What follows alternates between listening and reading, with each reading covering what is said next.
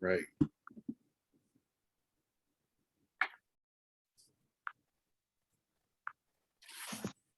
So good morning, everyone. I want to welcome everybody to the Well Prepared program. Thank you for joining us on this Memorial Day Saturday morning.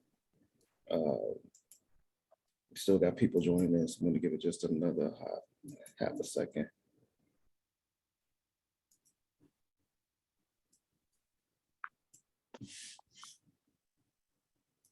Okay, it looks like we have everyone. All right, so again, welcome to the Well Prepared program. Just to give you some background, this program is a collaboration between the Eta Phi chapter of Omega Psi Phi Fraternity Incorporated, National Institutes of Health, and the Tau Chi chapter of the Chi Eta Phi Sorority Incorporated. My name is Mike Wilson. I'm the boss of Eta Pi chapter. And this program is designed to help children in grades 3 through 6, as well as the parents, by focusing on encouraging them to engage in a healthy lifestyle and develop healthy eating habits. And this program is built around the National Institutes of Health's 5210 curriculum. 5 or more servings of fruits and vegetables, 2 or fewer hours of recreational screen time, 1 or more hours of physical activity, and 0 sweetened beverages. And today we're going to focus on the importance of sleep and mental wellness. And I just want to thank everybody again for joining. I see Mayor Ted Green, our fraternity brothers on the call. Brother Green, if you had anything you wanted to say, I wanted to give you a minute to just address everybody on the call. Bosses, not really, but I just want to really commend you and really your leadership and all the folks who are on today, the presenters and those who are watching. I think that your vision when it comes to health, when it comes to wellness has been second to none. So I just really want to commend you because we know how important all these things are in our lives, in our teenagers' lives, and in our young youth lives. So again, I'm here today just to listen and learn some things. So I commend all of you and thank you so much for just having this platform is so important. Thank you. Thanks, Mayor Green. Mayor Green is the mayor of East Orange, New Jersey. We just did a 5K running through his town last week. So thanks for joining us today. Without further ado, I want to pass it over to Ms. Yolanda Scipio Jackson, who is the lead, our lead from our Tau Chi chapter to take us through the program. Good morning, everyone. Thank you for joining us on this Memorial Day weekend. We promise not to be before you long this morning. We know how important everyone's time is to them. I'm also gonna shout out New Jersey Integrated, who is a part of this program as well. And today we are focusing on sleep and mental wellness, which is very important for our health. The presenters we have today are Dr. Lois Green from Tau Chi chapter, who's very well known throughout Essex and other counties in New Jersey. And we also have Ms. Mia Morse, member of New Jersey Integrated. And once again, she's presented to us on this well-prepared platform earlier in the season. Welcome once again, everyone, and pay close attention because we will have a question where we do provide a little gift, a token for hanging in there with us. With no further ado, Dr. Green. Thank you. Thank you so much. I just want to thank this fraternity and the collaboration. I think what's going on with our children today is so important. And as parents, I think that we recognize that we can't give away our responsibility to care for our children. So this information is really critical. And this is not a lecture, it's really a conversation. So I'm gonna go through some slides, but I really want you to think about what questions you have, how myself and Mia can be helpful to answer those questions, and that we just have a real informational time today. So thank you, everyone. And thank you, Mayor, for being here as well. All right, so what are we going to accomplish today? So we want to look at the context of the topic. We want to understand what's the biology of sleep. We want to understand what makes people sleepy. How does it play a key role in keeping us healthy? And I think this information is not only important for our children, but for us as adults. And we'll see some information. It is vital to our physical health and to our mental well-being. All right, so we're going to talk about just some key terms. Our biological clock. We have a natural system, right? I used to work nights for a lot of years. And when you're working during the night and staying up during the day, you have to be really intentional about how you get your sleep, because biologically, when it's dark, we're meant to go to sleep. So we have sleep and wake cycles that are biological. And we're going to talk a little bit about melatonin. It's the substance that it is used to kind of tell your body to go to sleep. So a lot of times when we drink coffee to stay awake, we're blocking that melatonin's ability to allow us to go to sleep. All right. Why do we sleep? What's important about it? Why do we sleep? All right, so some of the benefits of sleep, and this is so critical. And like I said, this is adults, children. It's an anti-inflammatory time. If we know anything about diseases and just coming through COVID, some of the worst effects of COVID came from the inflammation that was caused. So when we sleep, it's an opportunity for our body to reduce inflammation, right? It's also an energy booster. I know I hit a wall at a certain time at night and I just need rest. So it allows our bodies to sort of regenerate, and it gives us energy. It helps us fight stress, right? When we are resting at night and the hormone levels are able to adjust, we can modify how we as an organism respond to stress. Helps us fight depression, right? So we know that we need to be re-energized in order not to have sort of a really, really gloomy outlook on life. The immune system gets boosted when we have sleep. It helps improve our memory. And this is really, really important for parents. A lot of times our kids will have an exam and we're like, oh, they have it tomorrow, so I'm gonna let them stay up all night tonight.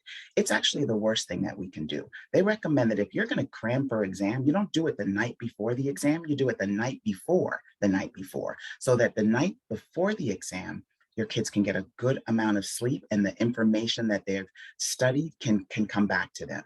So it does help improve memory.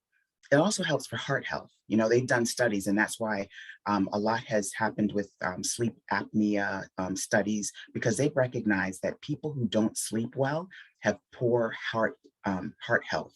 So if people snore, or if they seem like they're waking up a lot during the night, it's really important to get to a doctor to be able to see, I might need one of those breathing apparatus, and they've changed a lot to help me breathe better so that I can have good heart health and sleep and rejuvenate myself. It helps with weight loss, right? They've actually done studies, and I have a graph later that shows, you know, when we sleep less, we actually weigh more. Helps longer life. You know, they've done lots of studies, helps prevent cancer. It allows the body to rest, which is important because during rest time, no matter what illness you have, that's the time that you get the most healing. So sleep is a critical thing. I put over here these, our children have a lot that's going on with them. And there's there's some information at the CDC website about children's health, children's mental health. Our children can experience anxiety, depression, what's called by psychologists is oppositional defiant disorder. Sometimes I used to look at my kids, and you're communicating something, and then the behavior is just incongruent with the situation. And you're like, you know what, you need a nap. Let's be clear, you need a nap.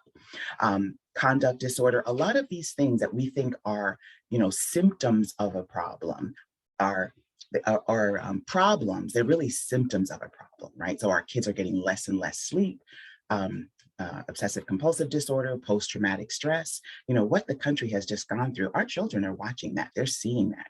You know, it can be a very, very stressful time for children who realize that, you know what, that could have been me in that room. So there's lots of other resources, and we'll talk more about it. All right, some of the health sleep facts, and this is important for parents to know, right? When the American Academy of Pediatrics, which does a lot of research on children's health and what's good, what's safe for children, recommends that if your child is between 6 and 12 years old, they should get a minimum of 9 hours of sleep. That's 9 to 12 hours of sleep in a 24-hour period. And really, it should be at one time, because, and we talked about this on the last slide, if you are sleep deprived, and in countries where they torture people, that's what they do, right? They'll sleep deprive them, because sleep deprivation is a form of torture, right? You can get irritable, moody, there can be paranoia, and it's real to the person. And you can recognize on the outside that something's not right, but that can be a result of sleep deprivation. You can have hallucinations where someone thinks that something is really there, but it's not, because in your mind is working on no sleep. You can have difficulty concentrating, and that's what we were talking about when your kids are studying, right? If you're thinking, oh, I've got to study longer, they've actually done studies that if you break up your study cycles, right? Because brains remember the beginning and the ends of what they see. So not sitting down to study and then going for 8 hours, but actually breaking it up, start, stop, helps with concentration. A lack of sleep can have our kids not be able to focus. And the teacher doesn't understand that they didn't get enough sleep last night to be able to be a contributing member of this classroom, right? Sometimes, and they've done studies that you can't even recognize if somebody puts something in your hand and you haven't had enough sleep, you can't feel and know exactly what it is because you don't have the mental clarity. Hypertension has been linked to sleep. Obesity, we talked about, headaches, depression. But children who have enough sleep have definitely been shown to have a healthier immune system, to have better school performance, better behavior, better memory, and better mental health. So sleep is critical. This is a quote that says, let him sleep, for when he wakes, he will move mountains. There's just nothing that can replace being able to be rested and healed in that time of sleep. And it's important because, as parents, we have a lot of high expectations for our children, all right? Self-actualization, we want them to be the best that they can be. But you can't get to the top of the pyramid unless you deal with the physiological needs at the bottom of the pyramid, right? So if your child, of course, doesn't have air, doesn't have water, and parents, it's important they have water. I think you had a talk on that. Food, shelter, sleep is one of the basic physiologic needs. And it's sort of, this is Maslow's hierarchy of needs. They need to have sleep, they need to feel safe, they need to feel loved, right? That they have a sense of belonging and a sense of family. They need some self-esteem. So they need to know, what are they good at? Every kid is not the same, but as parents, we're really nurturing, how do we find what they're really great at? All right. And then that's when they can get to the top of the pyramid, being self-actualized. Mia, you want to say anything? Sure. Dr. Green makes a really good point. I remember when my daughter, who's now 23, was age 5 in kindergarten, and her teacher emailed all of us parents, and she said, for some reason, the children are not staying awake during the day. And, it's really recommended that no matter what's going on in our lives, that at these critical ages, when they're growing and their brains are forming and everything's going on, that we really try to stop and get them to bed, at the age of 5, 7 o'clock. And it's really difficult with so much going on, but I really support that. And we have to give ourselves grace as parents and support each other. Yeah. So if you have a parent, you have a partner, or you have a great, friend or girlfriend or auntie, or like Yolanda mentioned, grandma, just reach out and say, hey, could you come read a story or something to get them in bed? So thank you, Dr. And that's a great point, Mia, right? A lot of times we're like, oh, he just won't go to sleep. He just won't go to sleep. We need to create, as parents, rituals that our children go through. So when it's time to bed, okay, you give them a warning. It's not like you drag them in front of their favorite TV program or video game in the middle of it, but it's like, you know what, in 10 minutes, it's going to be bedtime. Then there's a bath, and then there's a story, or whatever the ritual is for your family, for your culture. It helps with bringing them back to sleep, because just showing that not getting enough sleep, a lot of times we're going back and forth to the school because of the behavior problems that the teacher is complaining about. When if we could help our children get a lot more sleep, get the right amount of sleep, we may be able to travel there less, because it's contributing so significantly to so many issues. You know, when we say children are depressed, as parents, we don't understand that. Like, what do you have to be depressed about? You have everything, but it's real, right? And it can be caused from a lack of sleep, aggression, you know, like we talked about, irritability, anxiety. All of these things have been studied to be resulting from a lack of sleep. And a lot of times it's not the only thing. So don't just assume it's one thing, but if they're not getting enough sleep, we definitely know this is a contributing factor. We talked about obesity. Yes. You have a hand. I Teresa do. Long. Great, thank you. Teresa, you want to unmute? Please unmute. Yes, Yeah. good morning, everyone. Sure. Good morning, everyone. Dr. Long here. I totally agree with that statement, and I'm going to give my age away, because back in the day, we had the black and white TV in the living room. It went off at midnight, so we didn't have this technology. So we have to get back into the old school of redirecting our children away from this modern technology. Yeah, and that, Dr. Long, parents don't know how. We talked a little bit about the cycle and how our bodies are, you know, we have this natural cycle, but darkness helps our kids go to sleep. We allow our kids to have their tablets, a TV on, the phone. Even that little blue light on the phone tells your brain it's still awake time, right? So we need to make the bedroom a place for sleep, right? A place where there's no light, there's no technology, there's no distractions. You know, I'm an adult, and I know I like to play on TikTok, and I'll look up and it is literally 3 hours later. So I need to move my phones. I charge my phones in the kitchen, and then just, you know, keep my bedroom for sleep. And a lot of times how we manage that is going to be really important. This slide just shows about the relationship between sleep and obesity. So as the amount of sleep was going down, right? And we think, oh, we're doing so much better for our kids. We give them everything they want, but they're getting less and less sleep. The amount of obesity, and that, I know you had that talk as well, has gone up in this country significantly. And our children are sicker for the decreased time. And it can be that, you know, they're up in a way to stay up. They're eating snacks and then going to sleep, but it contributes to obesity and it's killing our children, and we need to be aware of it. Sorry about this. I'm going to come off of this slide. So the other thing, you know, for our children who are driving, right? So we have children that are getting driver's license at 15, 16, 17, 18.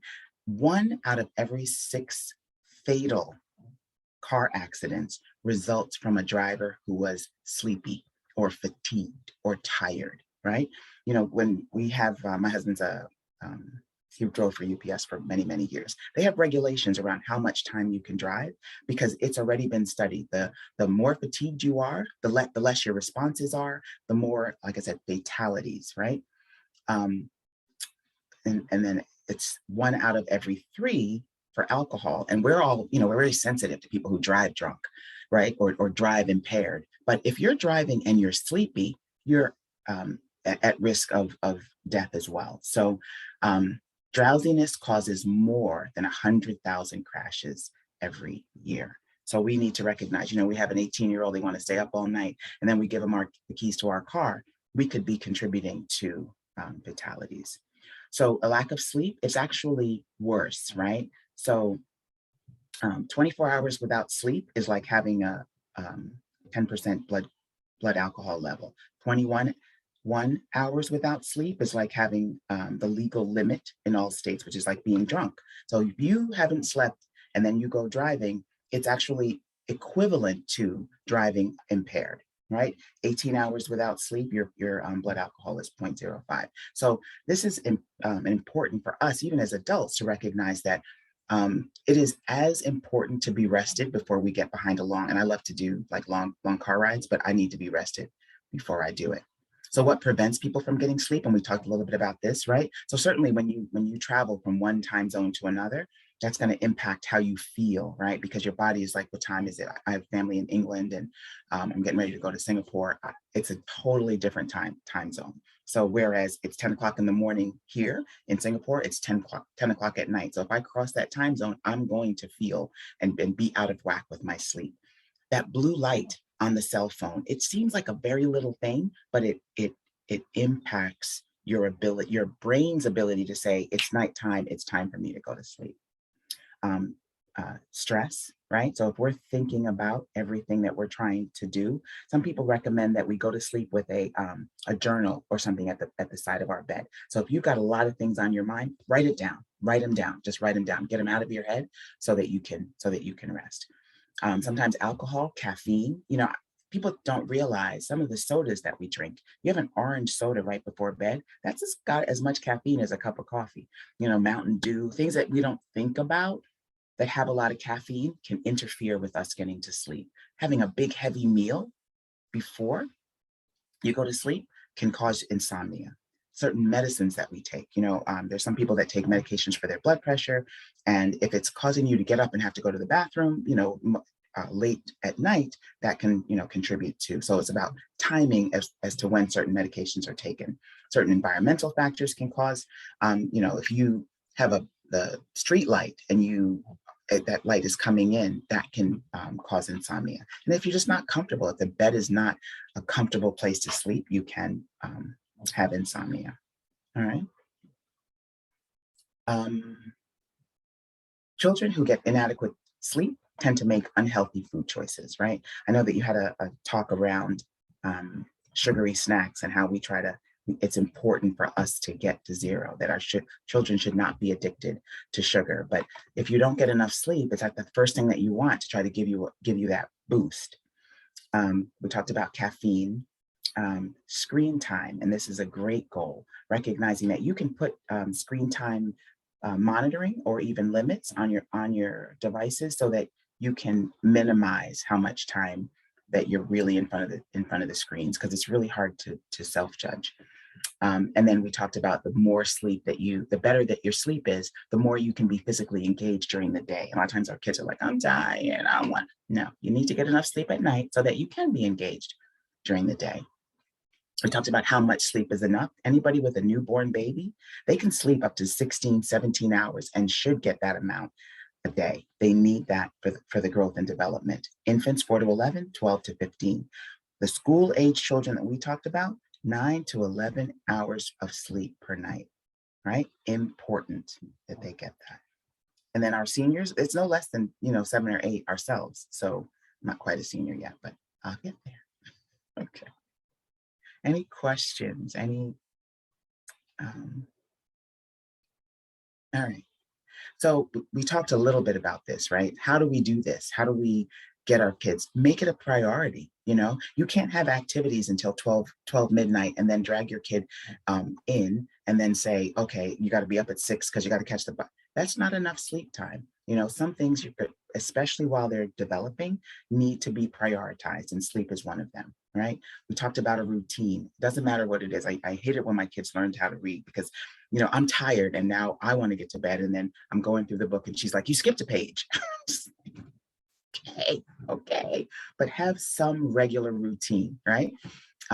Be active during the day. We don't recognize how important this physical exercise is for our body to burn up energy and stress, and we'll talk a little bit about that later, in order to be able to sleep well at night, right? So be active during the day. Talked about monitoring screen time.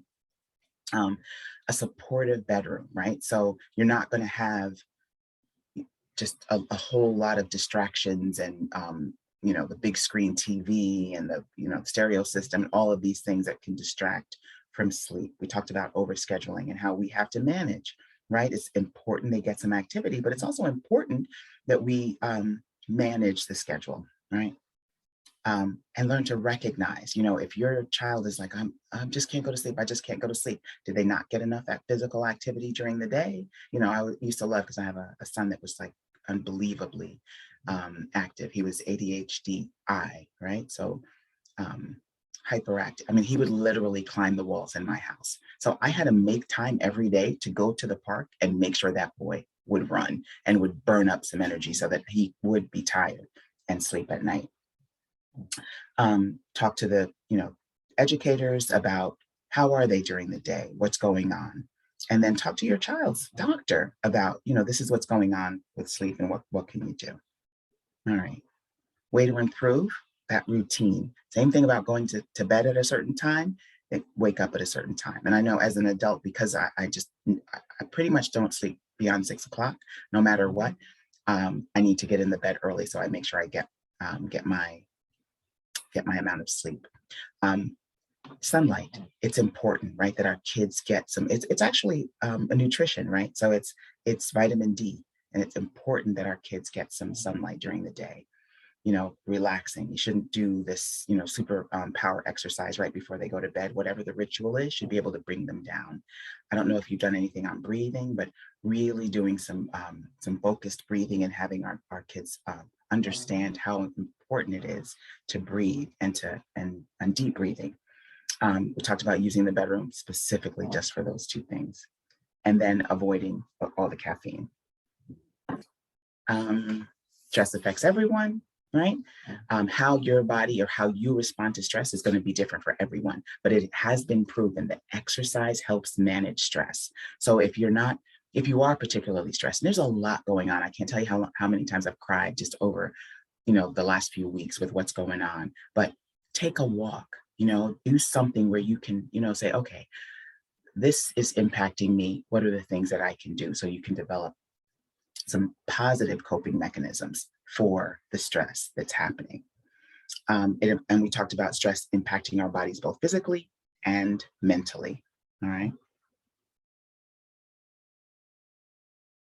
Coping skills for kids, right? This is put out, and just some basics, having some ways that they can outlet. I think we expect our children to act like adults. So sometimes you need to give them a time where they can just stomp their feet, scream, whatever a scream pillow, play a sport, do something where they can burn up the energy and the stress that they might be feeling. Sometimes they just might need to be touched. They might need a hug, right? A stuffed animal, some sort of a significant object, talking. Do not underestimate the conversations that we can have with our children around what they're going through and what might be the solution that they need to work on. Whatever ritual comes up for you, going for a walk, using coloring. There's a lot of therapies that use allowing the children to draw out their feelings, and you can seek out professional help if there's something that they're not coping well. But some of these coping skills can be helpful just to recognize that kids do experience stress and they need to have some tools. Give them paper to just rip up something to destroy, but it's very controlled, and it helps them understand that yes, you're going to feel these feelings and it's okay. All right, now everybody in the room, I'm going to ask you a question. So I'm going to ask you to raise your digital hand because we're going to vote. I want you to look at something. So these items, which one do you think contributes most negatively to our health? And I'll start. So raise your hand if you think it's the alcohol. Nobody? Okay. How about cigarettes? One vote for the cigarettes. Okay. Two. Oh, thank you. How about the fast foods, the unhealthy foods? How many votes do I have for that? One. One. Okay. How about sugary snacks?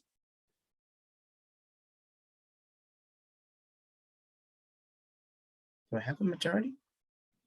Anything else? One for the sugary snacks. One for the sugary snacks. Okay. Brother Wilson is voting for the alcohol. Okay. All right. So when we look at what's negatively impacting our health, tally the results. I think that what got the most number of votes? The second one, the cigarettes. The sugar. Okay, cigarettes. No. Okay. It's the chair. Our inactivity is killing us, right? And they have done studies that if we are sitting more than, if we exercise an hour a day, but we sit for more than 6-8 hours a day, it's like someone who doesn't exercise. You know, so having our kids be inactive is harming them, right? Why should we exercise? And I know that you've had a whole talk on this, but it increases your stamina. You sleep better. It is a major contributor to positive sleep, right? Makes you feel fit and healthy, helps with the whole regenerating and healing that goes on while you're sleeping, sharpens your thinking, right? Helps your body get leaner, right? Gives you more energy, makes your muscles and bones stronger, helps to relax. Believe it or not, you need to have some exercise in order to relax well, right? Relieve stress, and the heart becomes more efficient. I want to take some questions now. Thank you. Or conversation. Everyone, feel free, if you don't want to raise your hand, you can always drop your question in the chat or your discussion in the chat. Okay.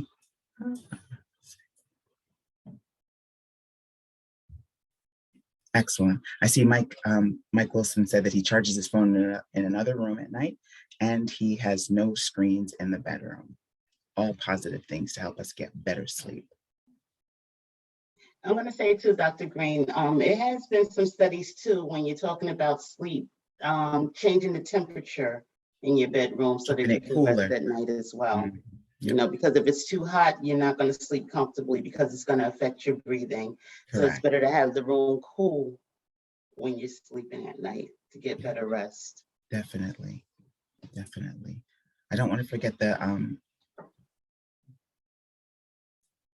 Teresa. I see your hand up. Teresa, your hand is up. Yes, ma'am. Yes, Miss Shalonda, for those of us women that have their own private summers, we have to have the room cool because yes, ma'am. Yes, I totally agree with that. Yes, I do. Mm-hmm. Talk about it, right? We talked about melatonin being a hormone, but there's all kinds of hormones, right? And if you'll notice, there'll be a certain, if you're a woman of a certain age, certain time in the night where your temperature just goes up. So yeah, we've got to learn to manage that. It's really important to drink water, to exercise, to do all of those positive things to combat the personal summer. Lisa? Lisa? Hi, good morning, and thank you guys and ladies for a beautiful presentation on what it's supposed to look like for our children to get through the day. But I'm sitting here thinking that one of the things that we normally do as young moms is actually give our babies a time out to sleep every couple of hours. And that took away, we knew our babies were irritable and needed a nap. And those days are gone when they get into a certain age group. I think we have to be able to support moms as well, because moms have to be both in and out of the house and provide them, not just moms, but parents on a whole, on how to probably give their children the support to sleep. If you think about it, if you are, when you are in sports and you're dedicated to like certain sports, the coaches make the sport folks in school sleep a certain amount of hours, study a certain amount of hours, break it up a certain amount of hours, feed them in a certain type of way, and actually have them study in certain kind of way because they have to be up on their academics as well. So this is not new for us, but the new part is that we are giving so much time to social media and all the other things that actually it's important, but not that important. And we lose what we're supposed to do as parents and provide them. The easiest way to comfort a child now or a young toddler or preschooler is to provide them with an iPad so that they can quiet down instead of giving them a nap. So I think we need to readjust that for parents also. And we need to understand the technology, right? You can have a computer in your room And when your kid comes, when they hear you coming, they just touch a button and the screen goes black. So if we don't understand the technology as parents, we're like, oh, they're resting quietly, or they have the AirPods, so they can continue to listen to something even though the phone might be across the room. So as parents, it's really our responsibility to understand the technology. On the screen. And we also need to make sure that they're giving themselves time out as well as parents. Yeah. So. Yeah. A lot of times when your kid needs to go to sleep early, that means that sometimes you're going to have to make things a little bit quieter on the outside, or that you're going to have to, bring the energy down as well, which might be good for you. But yeah, we in this managing what's best for our kids, a lot of times, like I know when I would punish my kids, like, oh, no TV. I'm like, wait a minute, that means I can't watch TV because if they're in my house, that's going to impact me as well. But, it makes a difference that we stand by what we say. And I think it demonstrates to children, having boundaries demonstrates love to children. There's something like I used to work with a friend that ran a youth house, and those young people used to love to go to the youth house because in that environment, they had a set time that they went to sleep. They were provided with food at a certain time. And in many of their home environments, that wasn't the case. So it was really strange. Like, why would you do something to come back in here? And it's like, this is peace. This is, there's a comfort in recognizing that someone is caring for you in a way that's really positive. So we as parents need to learn, what does that look like, and how we sometimes think that if I give boundaries, that my kid's going to be mad at me. You're going to be mad because I care enough about you to set these boundaries. So Dr. Green, I'm just going to say to Lisa's point, we know technology is good and we know that technology is bad, right? Mm-hmm. So I would love for us to, get together and do that research to see how technology has impacted our children 5, 10, 15, and if we live to see it 20 years from now, that'll be a dynamic research study for us. It's true. I've seen a 1-year-old unlock a phone and then go to YouTube and I was just coming back to that. Yes. And you know exactly where to go to. Yes. But if you look at it, their mental health are affected as well, because these games, they see something different than we do. And it shows up in their daily. Very much so. And I don't think that we as parents recognize the type of violence that goes in once you're deep into the game. Some of these games are like, oh, they want this, hot new game. I just don't think it's mentally good for people to rehearse killing with no consequence. You just restart the game if you lose your life. That's not reality. That's not reality. Mr. Pressey, I'm sorry. Yes, hi, good morning, everyone. Dr. Green, I just had a comment as we were talking about the electronic devices and technology. One way of looking at sleep, to me, it's all coming together just now, listening to you, is when you get a new phone or a new device, how your battery lasts a long time, and then over the years, although it says, you charge it, although it says it's full, you don't get the same hourly usage out of it. Like when it was new, it would last you 12 hours, and then, 2 months later, 3 months later, you're only getting 10 hours, although the battery says it's fully charged. So I think that's something that's happened with me. That's a great analogy. And I'm going to tell you why, right? A lot of times when our computers act up, right, we just keep trying to make them work. And when you call tech support, what do they tell you to do? Turn it off and turn it back on? Yeah, shut it off. And then bring it back. And we often don't do that. And I don't think our kids recognize, because they just want to do more, or they want to play the game longer, or they want to. And so they're so in the cycle of accomplishing, they don't recognize that they need to shut the game down, and this is something that we need to do every night in order to have our game operate optimally, right? So, yeah.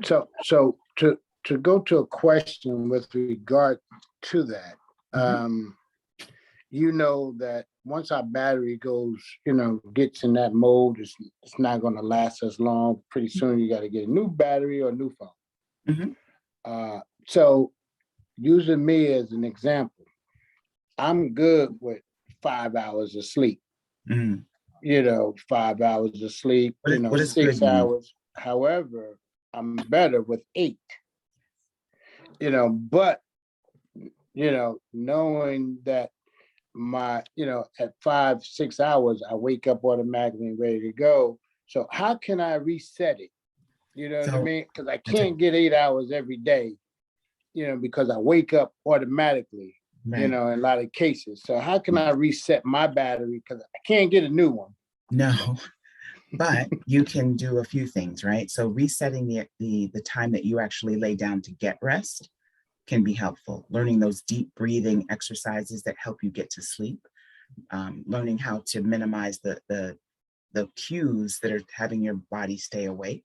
Those are important things. Watching your nutrition can be something that you do, like really look at what am I eating or drinking 3 or 4 hours before I go to bed? What am I drinking water early enough? So there's a lot that you can do to sort of prepare for sleep earlier. If you're going to wake up at 6 o'clock anyway, then just trying to get in, don't watch whatever comes on at 11 o'clock or 12 o'clock. Don't make that part of your ritual. But or 1 o'clock. No.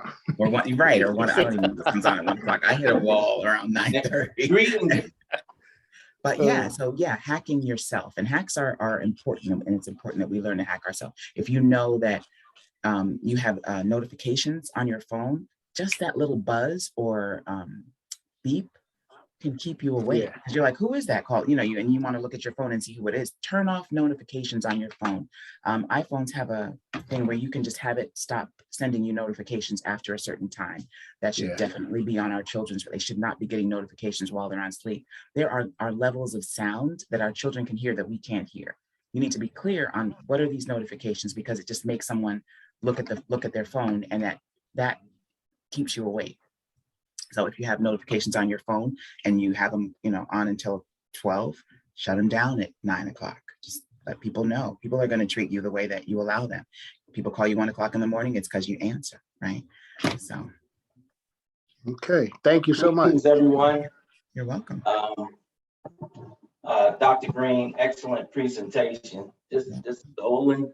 I just wanted to bring to the group, actually, sleep, the anatomy of sleep is an awesome process. And something we probably don't realize is actually 7 different structures of the brain that's being processed. Actually, the hypothalamus is very important in establishing your circadian rhythm. This is something actually you actually is describing it. You got people, let's say, over the course of most of their life, if you're getting 5 hours of sleep, actually, if you try to get 8 hours of sleep, you don't feel as good. It's going to take a while to reset that circadian rhythm. And with the circadian rhythm being off, and I guess this is more for parents to the children, that's why you want to establish this earlier, because you have the brain stem, which is responsible for the secretion of GABA. GABA is used to deactivate activity of the brain so you can rest.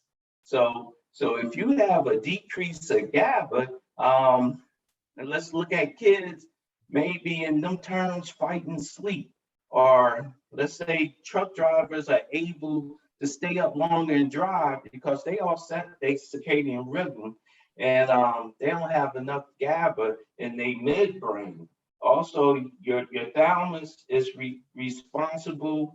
Your thalamus and your pineal gland is responsible for secreting melatonin, which activates you going to sleep.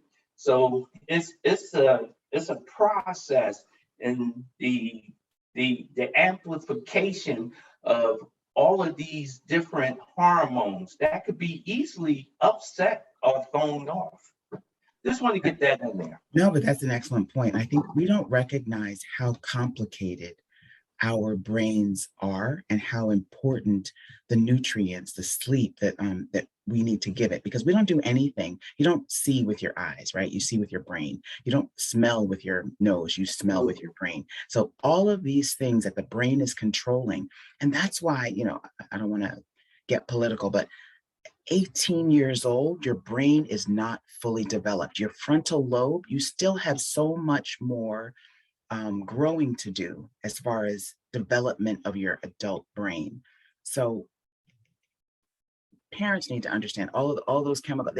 There's so much more that it does that we don't even understand. You know, people have lost one whole side of their brain and then still be able to function normally because their brain develops, you know, ways to make it happen, even though it's lost a lot of its capacity. So yes, there's a lot that our brain is responsible for, and that as parents, we're not just taking care of our kids' bodies, but this brain brain health is really important.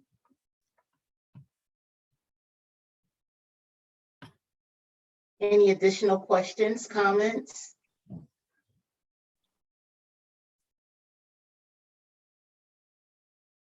If not, I'm just going to say, wonderful presentation as always, Dr. Green. Thank you, Mia, for supporting and jumping in.